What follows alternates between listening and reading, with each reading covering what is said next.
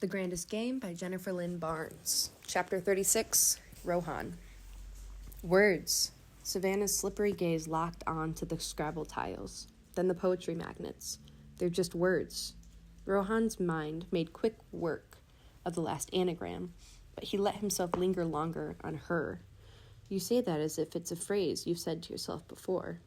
Rohan met her eyes. They're just words. He wondered what words people weaponized against someone like her. Not everyone shares my appreciation for unapologetically powerful women, Rohan noted. How many times have you been told you think you're so much better than us? How many times had someone called her a bitch or worse? Or how many times had she believed it? You're in my way. Savannah held on to every ounce of her admirable control. Rohan wasn't a stranger to refusing the empathy of others, so he could hardly blame her for doing the same. Then by all means, love, go around me. She took a threatening step forward. Don't call me love. Does anyone call you savvy? No. Savannah pushed past him to the screen. Rohan didn't bother telling her the first answer. She knew it was sword.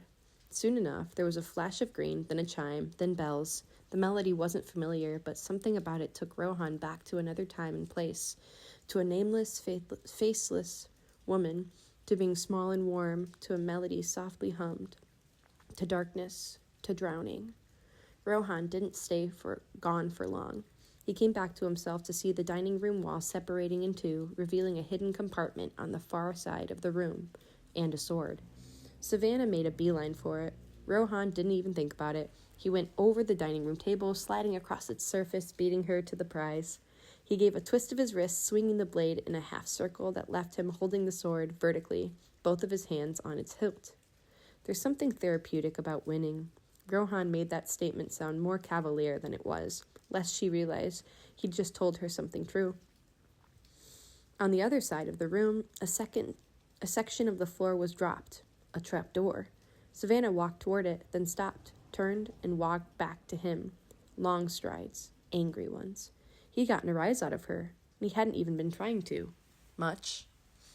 She stopped with her face mere inches from the blade of the sword. Save that wolfish smile for someone else. Save the quips and the charm, and while you're at it, save the rest. The rest? Rohan stole one of her habitual facial expressions, and arched an eyebrow. The way you always angle your body toward mine, Savannah said. The way you pitch your voice to surround me, calling me love, shortening my name, pretending you see me, like I'm a person desperate to be seen. Savannah's gaze flicked up and down the sword's blade. I'm not desperate. I see you.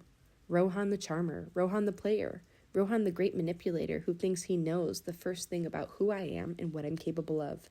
She smiled, a cutting socialite smile, backed by all the poise in the world. There's a message engraved on the blade, by the way. With that parting shot, she stalked back toward the trapdoor.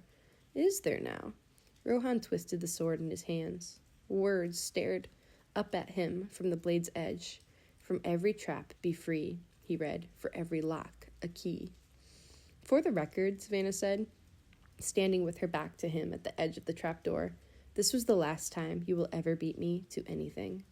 Those words were both a promise and a threat. And what a promise and a threat they were. And for your edification, Savannah began lowering herself into the darkness, I do not care what words other people use to describe me, because those people are beneath me. He knew what was coming, and so are you.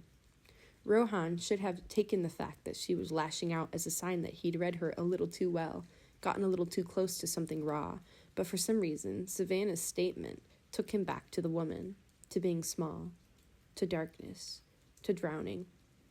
Consider this your fair warning, British. Savannah's voice cut through the darkness. I don't have any tender feelings for you to play on. I don't have any weaknesses for you to exploit. And when it comes to winning this game, I promise you, I want it more. And that is the end of chapter 36.